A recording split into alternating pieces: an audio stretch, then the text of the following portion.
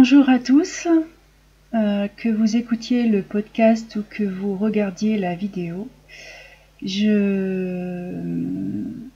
J'avais parlé de mes premières impressions au sujet du roman Eschaton, mais j'ai filmé ça en extérieur et il y avait beaucoup de vent, beaucoup de monde sur la route. Parfois c'est vraiment inaudible. Alors je vais pas forcément de toute façon dire la même chose, puisque entre-temps j'ai eu un échange avec l'auteur. Donc je vais être beaucoup plus dans la chronique que dans le ressenti émotionnel, on va dire. Et je vais effectivement vous reparler d'Eschaton, mais en essayant de suivre de vous parler tout d'abord de l'histoire, et puis de ce que j'ai découvert grâce à mes échanges courts avec l'auteur. Voilà. Je parle donc de ce roman. Alors, on me demande toujours le nombre de pages, je le donne. Il y a sur le format broché, il y a 231 pages. Alors je vais parler quand même d'un sujet qui me touche de très près. C'est vrai que on parle d'évasion, on a parlé d'évasion par la lecture, et en fait moi je lis pas du tout pour m'évader. La lecture est une activité alors soit parce que je les chronique, soit parce que ce sont des livres d'intérêt scientifique, mais c'est vraiment pas du tout pour m'évader. C'est relativement rare que je vous présente une dystopie, vous l'avez certainement noté. Et Eschaton en est une, puisque on va parler d'un futur proche, où en fait ce qu'on nous prédit aujourd'hui a fini par arriver, c'est-à-dire qu'il y a eu une montée des eaux. Alors nous nous situons au début du roman à Los Angeles, et la population voit cette montée des eaux. Je sais, après coup, je me demande même s'il la voit, parce que finalement, la vie, sans être très joyeuse, mais l'est-elle un jour, continue. Ce qui est ce qui m'a pas mal perturbée, je l'avoue. Parce que je l'ai dit, c'est un roman que j'ai autant adoré que détesté. C'est vraiment, autant j'ai eu un coup de cœur parce que je l'ai relu, mais il y a un malaise au fond. Voilà. Il y a ils sont, alors j'avais dit sans humour du tout, j'avais dit que la société qu'on découvrait dans ce roman est à la dérive. Bah oui, il y a une montée des eaux. Alors c'est pas du tout un humour, non, je l'ai pas fait exprès. Mais c'est vrai que elle est en perdition. Le monde tel que on le connaît, et même tel que les personnages du roman le connaissent, est en train de disparaître. Et ils le savent parfaitement. Mais la vie continue, et elle continue de façon... Oui, je suis désolée, j'ai des chats. Et décidément, entre les prés de mes chevaux et les chats à la maison, il y a toujours quelque chose qui vient perturber les enregistrements. Cette société est... on n'y voit pas vraiment une classe moyenne, on y voit une richesse, c'est-à-dire ceux qui ont la reconnaissance de leur art, de leur travail, et voilà, et qui habitent dans des choses qui sont luxueuses et qui sont pour l'instant protégées de la montée des eaux, et puis une population qui a déjà tout perdu et dont personne ne s'occupe. Il y a une misère totale. Voilà. Et un je m'en foutiste général. Voilà. Sauf pour ceux qui souffrent, évidemment. On s'en fout généralement quand on souffre. C'est... j'ai été très surprise. Donc, le personnage principal, Kazé, est un personnage qui reste attachant, cela dit. Parce que, bon, c'est quelqu'un qui vit seul, qui fait de la musique, qui prend plaisir à sa musique, qui a un tableau qu'il apprécie énormément. C'est quelqu'un qui a encore un regard sur l'art qui est beau. Mais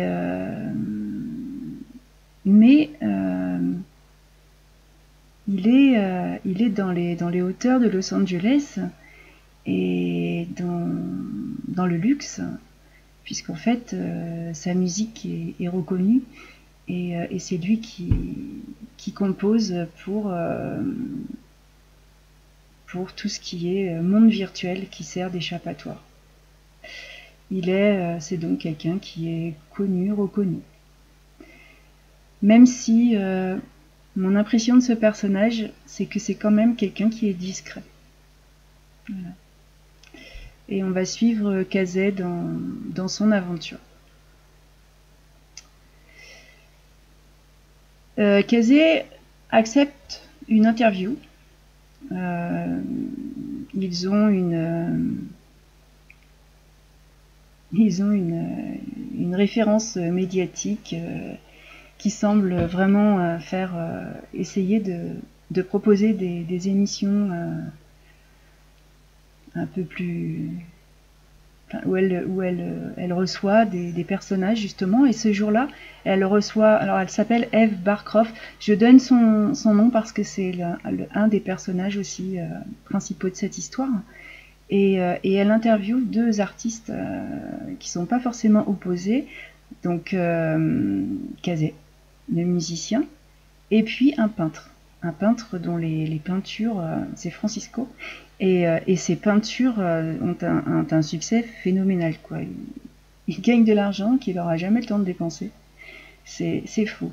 Et Eve, cette journaliste, elle relève quand même le fait que le fatalisme prime dans cette société. Elle essaye d'en parler avec les artistes qu'elle reçoit, mais bon, finalement,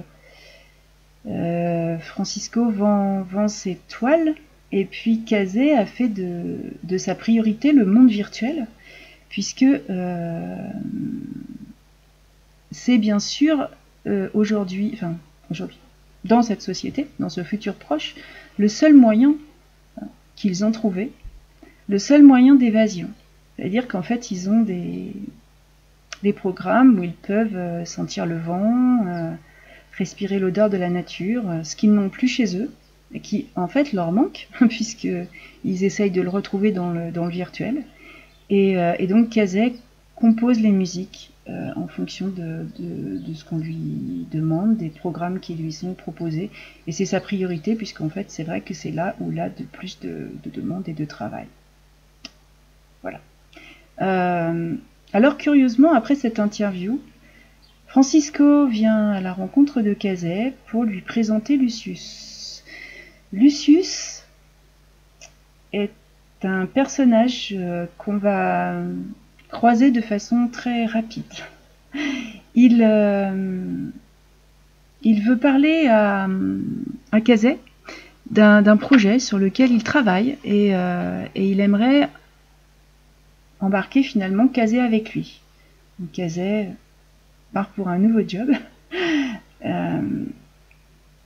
Mais en fait, ils sont sur vraiment des gigantesques jeux vidéo qui permettent aux utilisateurs de s'évader de la réalité dans des environnements, pardonnez-moi, dans des environnements avec des sensations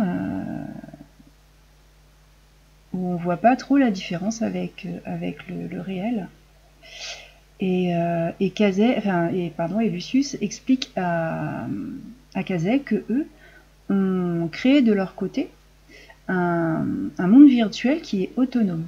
Alors ils l'ont baptisé le framework, et dans ce monde virtuel autonome, ils sont en train de copier des individus qu'ils estiment le plus à même ensuite de permettre la reconstruction d'une société. Alors ils ont mis des scientifiques, mais bon, on ne connaît pas du tout leur domaine d'expertise, des penseurs et des artistes.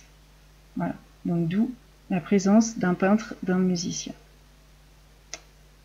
Kazé étudie assez rapidement la question, parce que finalement on lui laisse pas tellement le temps de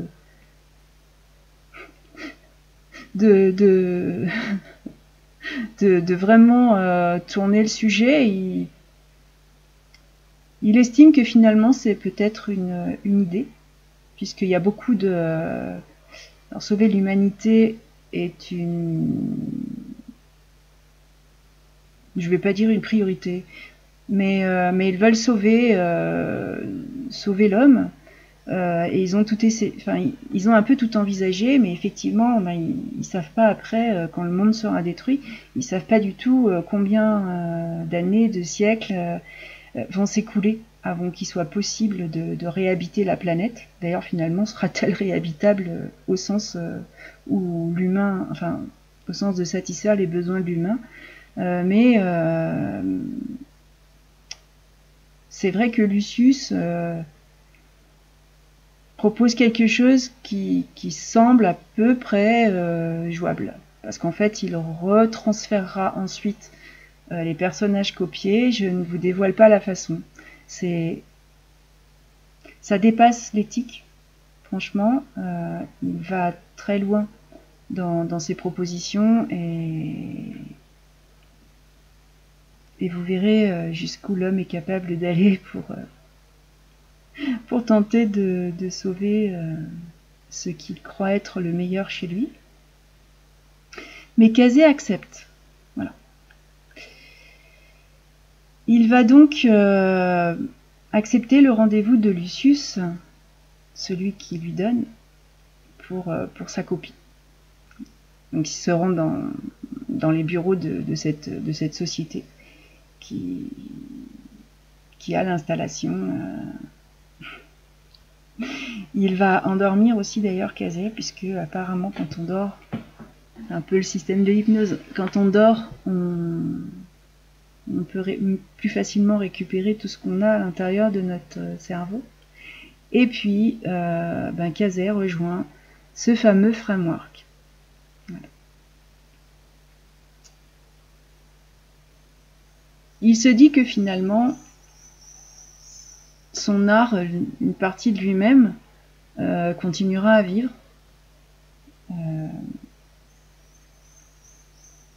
Ça lui donne très certainement un espoir, et ça on peut le comprendre. Sauf que on ne prévoit pas tout dans la vie. Quand il quitte les bureaux de Lucius, il rencontre... alors vraiment, c'est un coup de la vie qui lui fait une petite misère. Il va rencontrer Eve, cette journaliste, qui va la croiser, et puis il n'avait pas fait attention spécialement à elle le jour de l'émission, mais là ils vont discuter un petit peu plus longtemps, et puis finalement elle va l'inviter parce qu'elle connaît un pub, donc ils discutent, et puis Kazé la découvre, cette femme, et malgré elle est beaucoup plus... il y a pas trop, enfin, il y a la fatalité chez elle, mais c'est vraiment un personnage qui est joyeux, qui met de la fraîcheur dans tout. Elle, un peu comme si elle se disait, puisque nous vivons nos derniers jours, autant les vivre bien. Je me suis un petit peu retrouvée d'ailleurs dans ce personnage, je l'avoue, parce que enfin, je ne suis pas quelqu'un de fataliste, et puis je retrouve cette fraîcheur, voilà, cette volonté d'avancer, il y a autre chose chez elle. Kazé va tomber amoureux. Donc le Kazé qui est dans le monde réel, qui n'est pas encore détruit, va en tomber amoureux. Voilà. Sauf que Eve, elle n'est pas dans le framework. Visiblement, ils n'ont pas besoin d'une journaliste joyeuse et accomplie. Donc, il croyait vivre, Kazev, et c'est vrai qu'il croyait vivre seul au monde avec sa musique. Et puis finalement, Eve va changer sa vie dans ce monde. Et là, il va réaliser quand même beaucoup de choses et il est complètement déchiré à l'idée d'en être séparé par la mort, puisque Lucius lui a fait des révélations aussi sur la date de la fin de notre monde. Mais là, je vais pas trop dévoiler. Mais disons que Kazé sait beaucoup de choses que les autres ne savent pas. Et il sait que de toute façon, donc sa fin est proche. Lui va connaître la fin de ce monde et il sait qu'il va être séparé d'Ève. Voilà. Parallèlement, on suit, on va dire, son alter ego dans le framework. Alors il est accueilli, il vit une vie qui très certainement pour beaucoup est une vie paradisiaque avec un magnifique hôtel, une piscine, tout ça. Mais il va rencontrer d'autres personnages qu'il connaissait déjà avant d'entrer dans le framework, avec qui il va entamer pas mal de discussions. C'est très curieux parce que dans ce monde virtuel, on le suit et les chapitres se suivent et vont se chevaucher, donc le monde réel, le monde virtuel, enfin Kazé surtout. Et puis, moi je me dis que puisqu'il est rentré dans le framework, il va pas souffrir de l'absence de Eve, puisque quand il y est entré, il la connaissait pas, il n'en était pas amoureux. Mais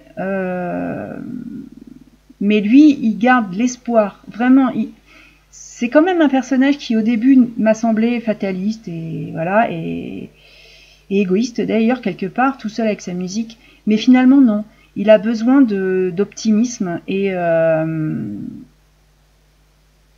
dans ce monde où l'homme a tout détruit, Eve et Kazé feront vraiment absolument tout pour sauver leur amour. C'est leur amour qu'ils veulent sauver.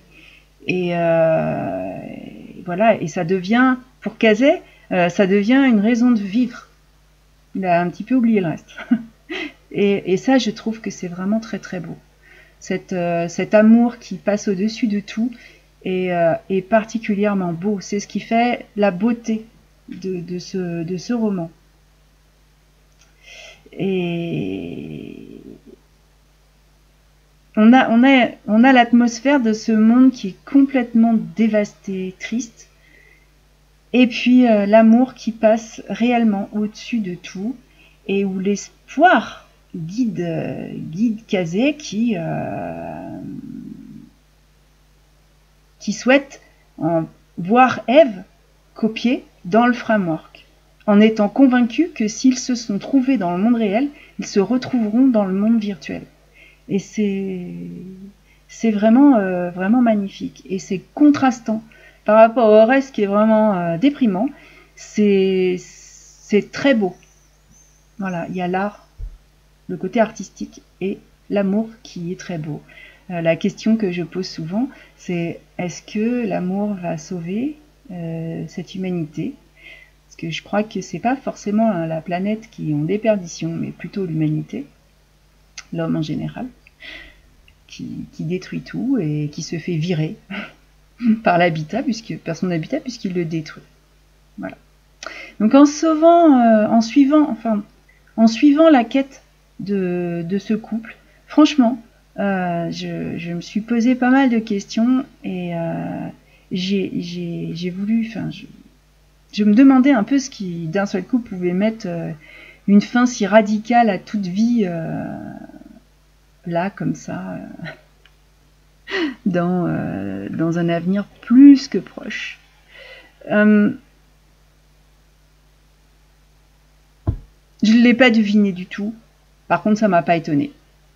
Alors on verra, vous me direz. Vous me direz un peu ce que vous en pensez, parce que finalement, le sort final de l'humanité reste une surprise. C'est pas dévoilé, hein. Le roman est très très bien écrit, le suspense est toujours maintenu, hein. Quand vous tournez les pages, vous pouvez éventuellement le lire comme simplement comme une dystopie, ou comme moi, c'est-à-dire en vous posant énormément de questions. Mais la fin de l'humanité, on peut pas la deviner. Il n'y a que ceux qui l'ont vu qui savent. Et moi, c'est vrai que dans ce roman, l'auteur a évoqué des situations qu'on connaît déjà, mais c'est vrai que quand je l'ai lu et que j'ai posé mes impressions comme ça, pour moi, l'auteur posait un peu à ses lecteurs la question. Est-ce que l'homme avait encore une chance de modifier ses habitudes de consommation pour entrevoir une vie, une survie tout au moins, de façon à apaiser, à réduire ce qui se passe, puisque c'est déjà en route, on ne peut pas l'arrêter, mais on peut le réduire. Les scientifiques proposent des solutions que les politiques n'écoutent pas. J'en ai vraiment parlé avec l'auteur Guy Roger Duvert, qui n'est pas très expressif, mais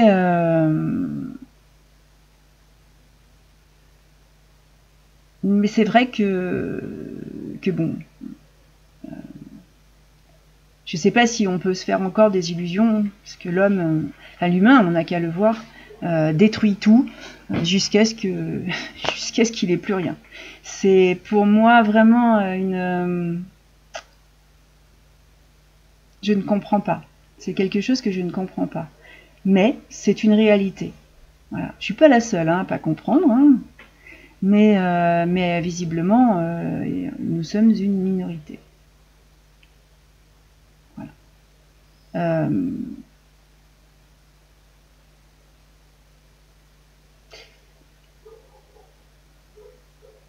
Eschaton, c'est... Je vais vous dire que je voudrais que tout le monde le lise, et que tout le monde le lise, non pas comme une dystopie consumériste, mais comme quelque chose qui peut peut-être atteindre ce qu'ils ont encore dans la tête pour se poser des questions. À partir du moment où on commence à se poser des questions, peu importe, je crois qu'on n'ait pas les réponses, on va quand même changer quelque chose. Et c'est ce qu'il faut. Chacun, il n'y a pas de...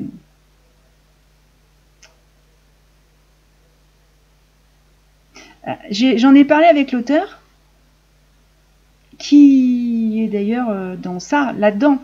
C'est-à-dire que les politiques ne vont pas dans le sens qu'il faudrait, mais je crois pas que ce soit une affaire politique. Voilà. Très très honnêtement, je ne vois pas en quoi on devrait être obligé de suivre une décision politique, alors que je pense que nous sommes tous suffisamment intelligents pour regarder autour de nous ce qui se passe et changer nous. On ne va pas attendre des décisions politiques. Effectivement, les décisions politiques n'iront jamais dans ce sens. Jamais. Voilà. Les décisions politiques vont... moi, parfois, ça m'amuse, mais c'est triste. En général, vers ce que la population critique. Alors, ça n'a pas fonctionné, ça ne fonctionne pas. Depuis longtemps, ça ne fonctionne pas. Vous savez, moi, effectivement, quand quelque chose ne fonctionne pas, bah, j'essaye de trouver quelque chose qui fonctionne. Je recommence pas quelque chose qui ne fonctionne pas, puisque ça n'a pas fonctionné une fois. Ou alors, à la limite, 2 fois, bah, ça ne fonctionnera pas. Voilà. Il faut trouver autre chose. Eh ben non. Non. En fait, c'est vrai que ce qui compte aujourd'hui, c'est uniquement le dieu argent et puis la célébrité, la gloire et le pouvoir. Mais non, enfin, la décision politique. Alors là, franchement, effectivement, là, je suis d'accord avec l'auteur. Elle n'ira jamais dans ce sens-là. C'est vraiment à la population en général de prendre conscience et de changer son mode de consommation. Alors, selon ses possibilités au départ, parce que le problème, c'est que, effectivement,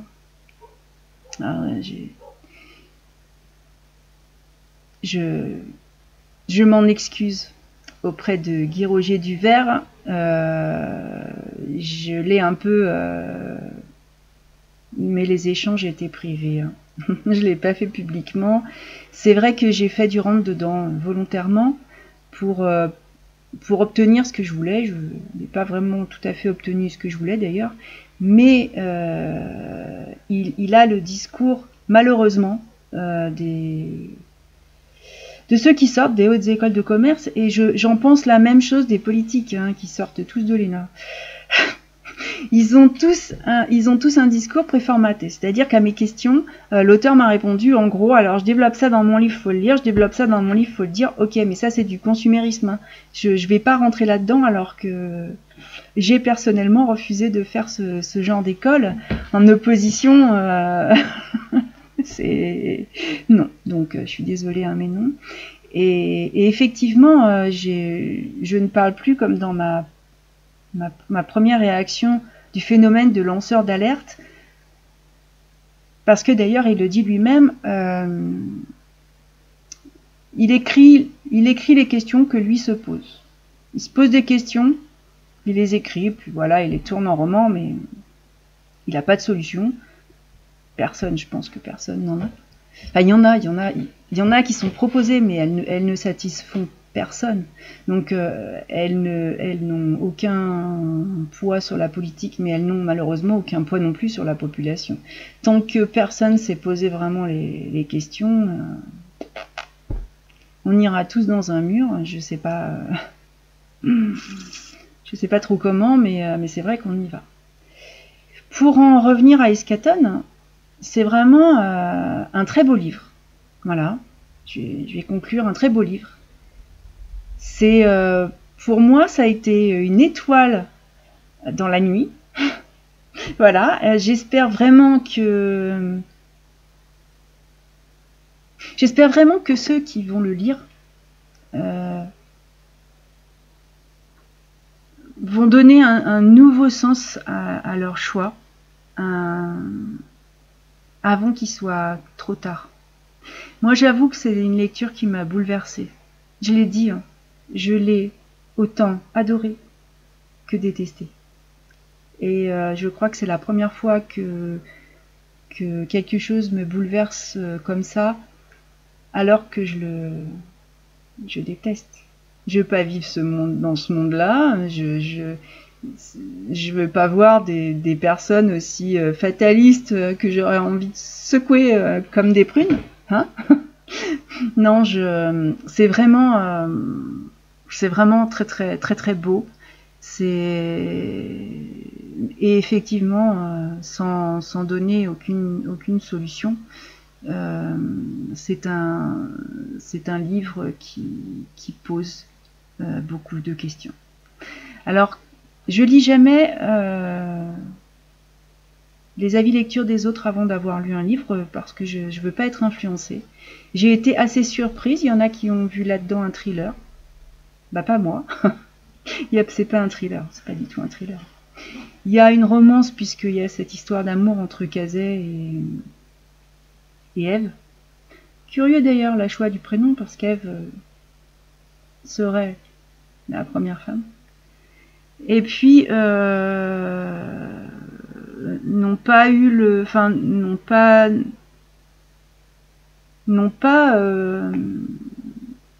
posé les questions qui se posent au final dans cette dystopie. Voilà.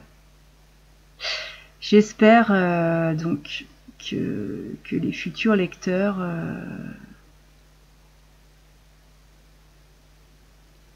y réfléchiront. Je crois que c'est important. Je vais m'arrêter là. Je vais vous proposer cet enregistrement en tant qu'en podcast audio qu'en podcast vidéo. Alors effectivement, là en ce moment, je suis en train de lire quelque chose qui n'a rien à voir et qui s'appelle Vous n'irez pas tous au paradis. Bah, il parlait plus de psychopathes que de problèmes de planète. J'utilise pas. Oui. Ah oui, j'utilise pas du tout le mot. Enfin, le mot écologie, c'est difficile pour moi parce qu'écologie n'a pas tellement de sens. Pardonnez-moi, hein, mais c'est vrai que écologie, c'est souvent.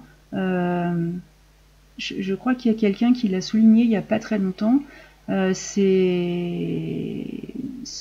écologistes vous parlent, ils sont pas capables de faire la différence entre une marguerite et une rose, ou une feuille de chêne et une feuille d'érable. Et c'est pour ça que effectivement, à mon avis, ça n'avance pas. On ne demande pas à ceux qui sont très proches de la Terre, soit disons qu'ils seraient pas assez, ils n'ont pas fait d'études. Oh bah non. Alors c'est vrai que au sens vraiment purement moule de la société, ils sont pas allés dans les écoles qui leur ont donné des directives. C'est vrai. Mais par contre, ils ont observé ces personnes qui travaillent la terre depuis 70 ans et ils sont plus à même de vous donner énormément d'enseignements que toutes ces personnes qui ont fait de grandes études et qui, pardonnez-moi, mais n'ont rien compris. Voilà, parce que c'est pour ça que je dis que rien n'est affaire de politique. Voilà. Il y a des scientifiques de terrain, et pour moi, un paysan qui observe la terre, la météo et les changements depuis 70 ans est un scientifique. Parce que même s'il ne l'a pas noté ou développé, ou il n'a pas présenté une thèse, ok, donc oui, il n'y a rien de diplômant à la fin, mais n'empêche qu'il a fait une étude beaucoup plus longue que moi-même d'ailleurs avec mon doctorat. J'ai beaucoup de respect pour eux et je trouve dommage que ces personnes-là ne soient pas écoutées avant qu'elles meurent de mort naturelle, hein, vu leur âge. Et donc je me permets de remercier tous ceux qui jusqu'à aujourd'hui ont travaillé la terre pour nous nourrir, par plaisir, de manière tout à fait correcte. On parle de bien-être animal. Il n'y a pas de mal-être animal dans ces endroits-là. J'ai la chance d'habiter au fin fond de l'Ardèche et il reste ces vieilles fermes. Bon, elles vont disparaître, hein, malheureusement. Mais je suis heureuse de les avoir connues. Je vais très souvent les voir parce que j'aime les écouter et j'en tire énormément de leçons et je peux vous dire que je prends énormément de notes sur ce qu'ils me disent parce que la connaissance, elle est là.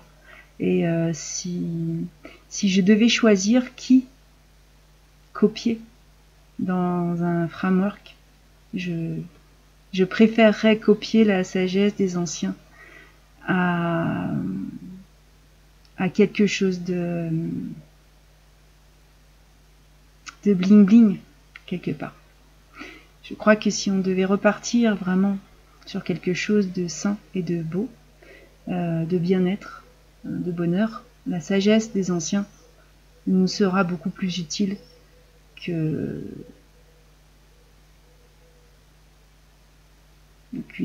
pseudo politique ou quelque chose comme ça. Voilà. Alors je suis désolée pour cette conclusion. Je sais que je vais encore prendre des commentaires désagréables, mais je préférais le dire parce qu'à un moment, faut dire ce qu'on pense. Hein. Je vous demande pas d'être d'accord avec moi d'ailleurs, et je ne pense pas qu'on doive en faire un combat. C'est pas un combat. Quand on pose des réflexions sur une table et qu'on en parle avec calme, on arrive à en ressortir quelque chose qui est positif. Si on en fait un combat, on n'arrive à rien. Et aujourd'hui, ce monde est un combat. D'ailleurs, vous allez le retrouver. C'est pas du tout hors sujet. Vous allez le retrouver dans Eschaton. Voilà, ce fameux combat, ce fameux conflit et cette division, alors que finalement, nous sommes censés être tous égaux. Voilà. Alors j'ai aussi reçu, c'est aussi de la science-fiction. Oui. Étonnant, hein. Non, ça va pas être. Je vais pas vous en parler prochainement, mais je voulais vous le montrer. D'abord, je trouve que la couverture est magnifique. Ensuite, c'est consistant. Je sais, il me plaît déjà à le regarder. Et puis, ça changera un peu. Je suis sûre que je vais quand même me poser des questions. C'est pas forcément une évasion, mais j'ai hâte de le lire en fait. Voilà. Sur ce, je vous souhaite avec un thé, voilà, et un joli petit mot, puisque sur oui, j'ai des pensées positives sur mes tasses de thé. Je vous souhaite une très belle semaine et je vous dis à très bientôt.